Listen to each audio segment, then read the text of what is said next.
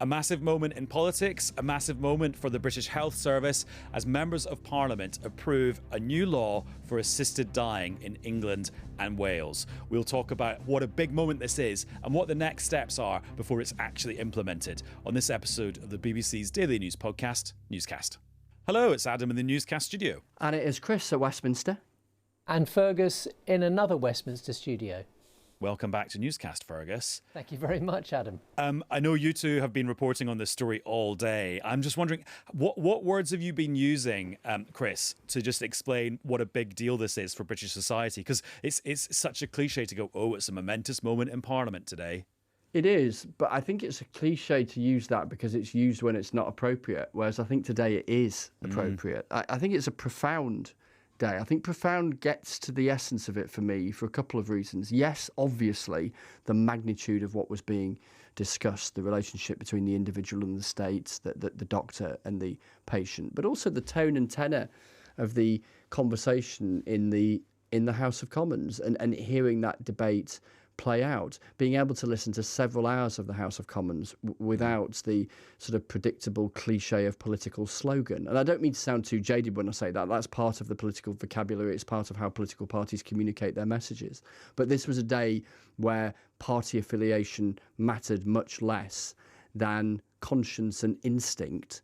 And you could see and feel and hear, yes, arguments on both sides from those who have had a passionate, unshifting view throughout, but then also those who have changed their mind. And actually the essence of the debate today, I thought, was one of an argument being made that said, yes, this place, the Commons, is in favour of assisted dying in principle, but to what extent is it comfortable with this piece of legislation in practice? And the reality of the shifting numbers from the majority of 55 back in November to the majority of, 23 today, is that net there was a shift from those who did believe in it in principle to some who then concluded in practice they weren't convinced that this particular bill was right. But nonetheless, it passes. And so the biggest single step towards this profound change in the law in England and Wales has now happened.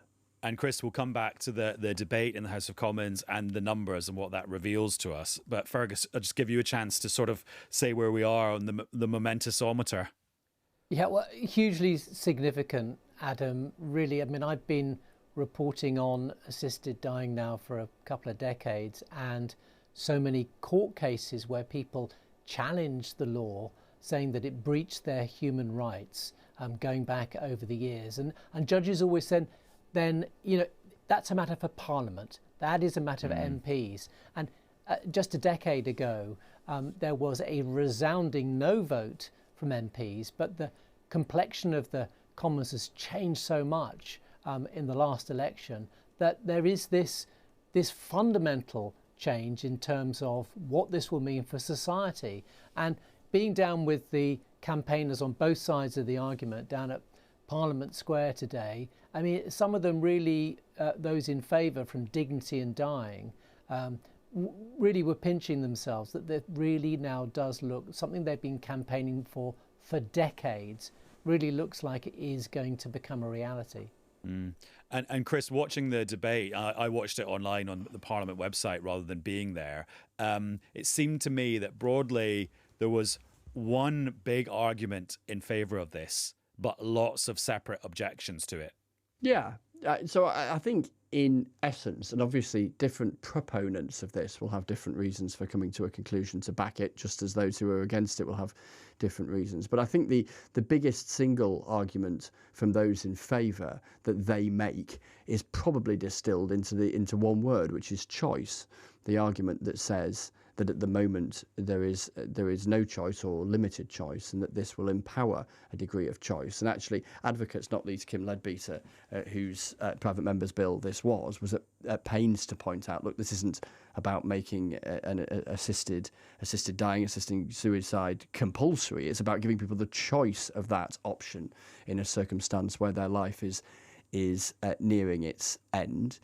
For those who are against, there's the there's the argument from those who are against, who have always been against it, who think that it tilts the power too significantly in the direction of the state and agencies of the state, and that could be disproportionately influential in a negative way on people who are vulnerable or who might be able to be coerced. And then there are those who don't like particular elements of this bill and compare it with other legislation in other countries overseas and think that there is a better way of turning this principle into a workable law. And you mentioned Kim Leadbeater there, the backbench Labour MP, whose private member's bill this is, and you spoke to her just after the vote in the Commons this afternoon. So let's hear a bit of that interview. We can't deny this is a huge moment in time, but equally, people are dying every day.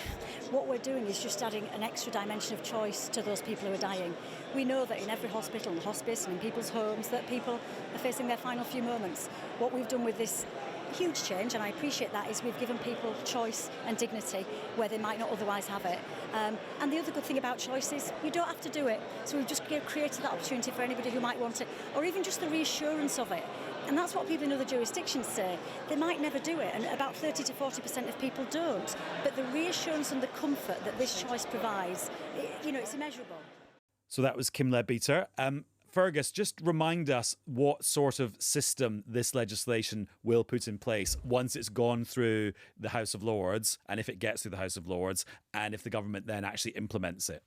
Well, really interesting, Adam, because although the legislative framework is in the bill, so two doctors, independent doctors, will have to assess each case, then it will go before this multidisciplinary panel of a psychiatrist, a social worker and a lawyer, and there'll be all the safeguards around coercion, etc. How practically an assisted dying service will be offered on the NHS, that is being left to regulations, that's being left to ministers to organise after a bill would become law. Stephen Kinnock, the Health Minister, said last week that it would take up to 4 years, a backstop, not a target, to set up a new service which would have the proper safeguards and controls. Interesting, if you look at Spain, which introduced assisted dying, in fact, euthanasia in Spain, where doctors are allowed to give a lethal dose, they managed to introduce assisted dying 3 months after it became law in 2021. Blimey. So it can be done a lot more quickly.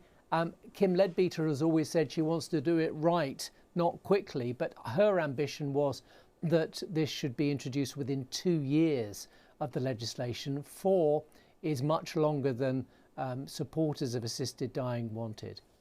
And Fergus, just on a few of the practicalities and the technicalities of this, the people who would be able to use it are people who are terminally ill and where their doctors think they've only got 6 months left to live. It's not for people with conditions that might be described as life-limiting, or other people might use other words to describe that. You would have to be terminally ill. And then just at the actual moment of doing it, it's about a doctor providing a substance, an approved substance, to that person that they then administer themselves. Yeah, absolutely. So it's for terminally ill people, adults over 18. This time limit of less than 6 months life expectancy has been much debated. It's very hard, frankly, to say with real certainty how many months a terminally ill patient has to live. Some will outlive that by a considerable margin, but it's the time frame that has been used in Oregon, which has had assisted dying for nearly 30 years. And they will have to be of sound mind. They'll have to make 2 written and witnessed declaration. There'll be a cooling off period in between seeing one doctor and then a second doctor. Then they'll go before this multidisciplinary panel where there'll be another 14-day cooling off period after it had been approved. Although if it looks like somebody is going to die before that period expires, that can be cut to 48 hours. It is one of the concerns that some supporters have, that there are so many safeguards built in that these could, in some sense, become barriers. And Kim Leadbeater has accepted that some people, because of those controls and safeguards, will die while they're waiting for their assisted death to be approved. And also, Chris, Kim Leadbeater made this point when she was opening the debate on Friday morning, that this legislation also creates a pretty major new crime in Britain, which is if you're found guilty to have coerced somebody into opting into this system of assisted dying, that can be a lifetime prison sentence if you're convicted. Yes, and I think there was a real sense, and there has been a real sense ever since last October when Kim Leadbeater first proposed this legislation, that a key argument that those in favour of a change would need to win to persuade enough to secure a majority was around this whole question of coercion. Because how do you measure it? How do you spot it? How do you prevent it? So the arguments of some on the other side of the argument was, look, it can be quite hard for the police, for instance, to be able to substantiate and provide evidence of it in the context of controlling relationships or domestic violence, for instance. So how do you do it in the context of profound illness when it may not even be spoken? It may even be something that is more led by the individual who is very ill, feeling almost self-coerced because there is a mechanism, a vehicle that they can avail themselves of that at the moment isn't possible in England and Wales. So, I think there was a real sense from Kim Leadbeater and other advocates of this change that there had to be some mechanism in law that spoke to that concern about coercion. And by the way, there are plenty who voted no to this today who are not convinced, who don't think it's adequate, that fear that it creates a sort of state-sanctioned vehicle to which the vulnerable could be particularly vulnerable. And Fergus, one of the big changes to the legislation as it was going through its various stages in the House of Commons was replacing the idea that every instance of assisted dying had to be approved by the High Court. Basically, the judicial system just didn't have the capacity to deal with that.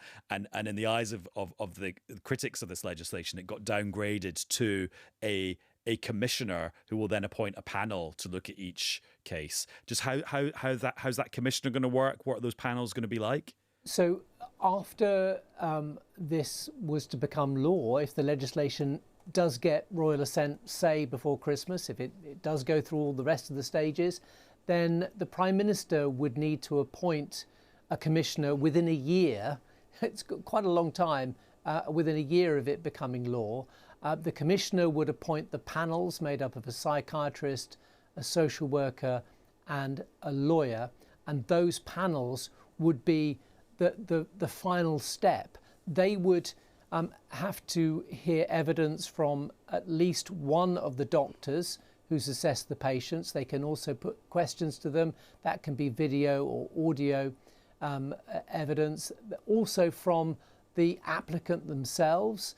That can be done live, or it could be potentially pre-recorded, or they could send someone to talk to them. They also have the powers to speak to other medical staff or indeed members of the family, if indeed the applicant has informed their family that they're going to have an assisted death. Yeah, it was interesting. In November, it was the big play from the supporters that, look, there's going to be a High Court judge. And this is what we're going to have.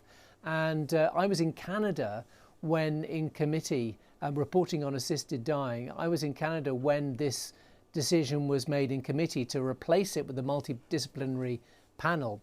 Now, it was pointed out that the psychiatrist, social worker are trained to look for coercion, and it'll be a better system, more rounded. But it was what persuaded, the change was what persuaded at least some MPs to change their mind today, because they felt it was a dilution.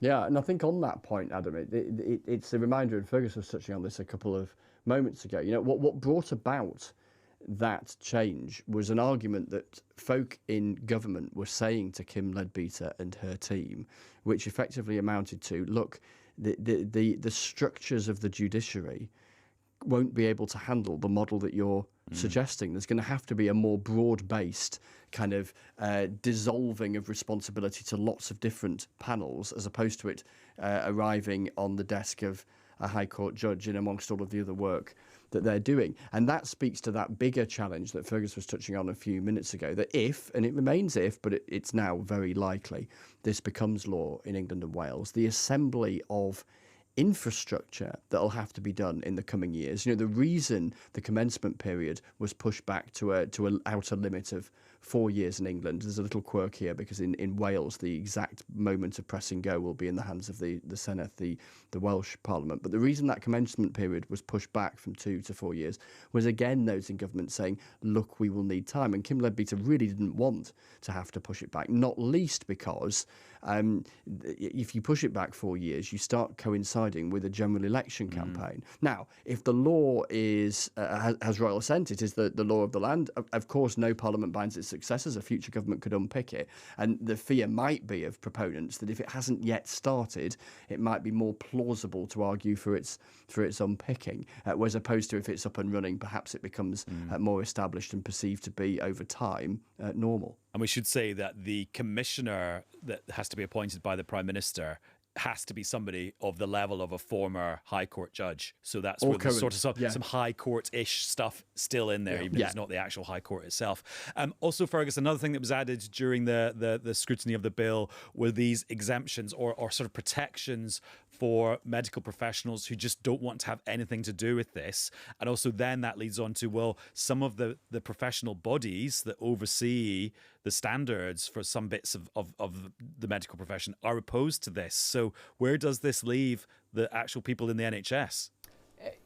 Very good question. One of the amendments made it clear that not just doctors, but social workers, anybody who might be asked to be involved in this, it would be entirely voluntary.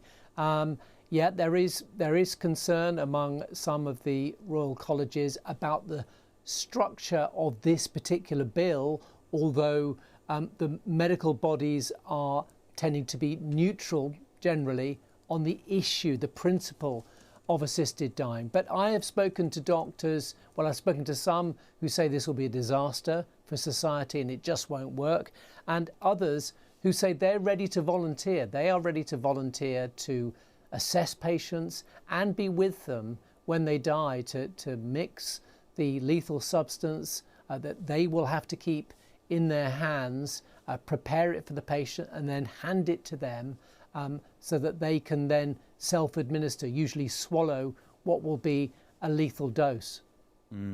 And Wes Streeting, the Health Secretary, who personally is opposed to this and was in the chamber today, he will have to implement all of this. And as Fergus was saying a few minutes ago, Chris, a lot of this is in the hands of the Secretary of State for Health to implement. This is quite a big test for him, kind of personally and professionally. It is, and for Shabana Mahmood, the Justice Secretary, who is also opposed. So it is quite a thing for both of them. Now, they would argue, I suspect, if they were here, it is their job to discharge what Parliament has requested of them. And conventionally, of course, that's what gives you the power to govern, because conventionally votes are whipped, to use the language, and therefore more often than not governments win and therefore implement the laws that they intend to pass. In this instance, and particularly one that is grounded in conscience, in a moral judgment, in something above and beyond party politics, I think that does pose awkward kind of personal dilemmas for both of those senior ministers who find themselves at the head of the two ministries most directly involved with the implementation of this law, if it becomes law in the coming months. Just on the whole business, by the way, of the House of Lords, just to give you a sense of the timeline of the coming months, it'll be in the House of Lords pretty quickly, I think, probably before the summer break, in other words, in the next month or so, and then speaking to those on the sort of pro side of the argument as far as this change in the law is concerned, they've been concerned or aware of what happens if this parliamentary session runs out. So between general elections, there are a handful of parliamentary sessions. You get a King's Speech, a state opening of Parliament, where there's the carriage and the horses and all of the kind of pomp of the day, and the King sits on the throne and reads out the bills, the proposed legislation that the government wants to bring in. It looks like the current session will run at least until December and perhaps into the first few months of next year. And the reason that matters is that any legislation that hasn't finished its parliamentary journey, in other words, become law, falls when Parliament is dissolved and then returns, or there's a period of a gap. They have been reassured on the pro side that it will be until at least December. Right. And they think basically there's enough time to get it through the Lords in that time. Now, to an extent, they would say that, wouldn't they? Because they hope that's what's going to happen. There are those, and I was struck by this when I was talking to Danny Kruger, one of the most passionate arguers against this, that he felt it would be constitutionally legitimate for the House of Lords to try and finish this bill off. Well, yeah, let's hear him say that in his own words, because as you said, you put that question to him afterwards. Yes, I think it would. The fact is this wasn't in a manifesto from any of the parties. It's a private member's bill. It doesn't have the support of officially of the government. And I think it would be appropriate if the Lords felt that the bill was unworkable for them to push it back. And the fact is, there are good ways to do assisted dying. I don't think there anywhere in the world has a perfect law, but some have ones that are better than us. I mean, for instance, in some of the Australian states, you're not allowed as a doctor to suggest assisted dying to patients. This bill that we've just voted for would allow doctors to do that. So I think we could do a lot better. If we are committed to seeing this through, then there are ways to make it safer, to restrict the bill to the people that everybody understands we really should have concern for, people facing an agonising death involving real physical pain at the very end of their days. But that isn't this bill. This is wide open. Yeah, Chris, and that then raises the interesting thing of, okay, we're very used to the idea that the House of Lords isn't there to thwart stuff that's government policy or in a manifesto or has a majority in the House of Commons. But this feels slightly different. Or maybe it's just that the opponents of this legislation are trying to make it feel slightly different. Yeah, so I mean, you get an argument on both sides, and if you were on either side of this argument and making the public case, you probably would, wouldn't you? Where you make a case about the kind of constitutional role of the second chamber through the prism of what you hope might happen, which is perhaps a sort of human nature, really. But I mean, the argument that Danny Kruger is making there, as you heard, is that, look, this was not in a manifesto of a political party. This is not the will of a elected government, where the convention would be the House of Lords might kick it around for a bit, but basically acknowledge that the government has a mandate for it. It's a private member's bill. In the view of the critics, it's been a messy legislative process. And they will also point to the fact that, you know, the majority for this was pretty small, really, in the end, and one where they can claim the momentum was one where, on the no side, they were influencing people and changing people's minds. So there's a bigger picture kind of constitutional argument around, OK, the House of Lords can tinker, can amend, can change. Would it be reasonable / legitimate / constitutional for it to kick the whole thing out so that it was the end and they had to sort of start again? I think on balance, the argument that is most likely to hold sway is that amending is fine, finishing it off is probably not. But that's a live argument, as you could hear there from Danny Kruger. And the big kind of thing for me, looking at this from a bit of a distance today, as opposed to being there, is just in the next few years, if this gets through the Lords and it gets implemented, how does it feel in the country, and what country does that reveal? Are we kind of like the Britain that everyone's used to, where change happens and maybe some people are really worried about that change and really opposed to the change, but the change sort of beds in over time and it stops being kind of really kind of hot button controversial? Or are we a country now where we sort of have permanent culture wars around moral issues, and actually every stage of this, and even once it's implemented and people are maybe using it, becomes contested still? It's interesting, isn't it? I mean, I'd be fascinated to hear Fergus's view on this. I mean, if the impact assessment that's been done in connected to this holds water and bears out in reality, it suggests that it would be quite a slow uptick in the first few years. And obviously there's going to be a gap if this becomes law between it becoming law and anything happening in terms of anyone applying and being granted an assisted death. The impact assessment suggests that it would be in the mid hundreds per year in the opening years and might step up to a handful of thousand within a decade, that being less than 1% of all deaths. So yeah, I'm always intrigued with the passage of legislation and this is obviously not a exact science, but at what point does something become unremarkable? Normal. Does something become normal in the way that it is normal to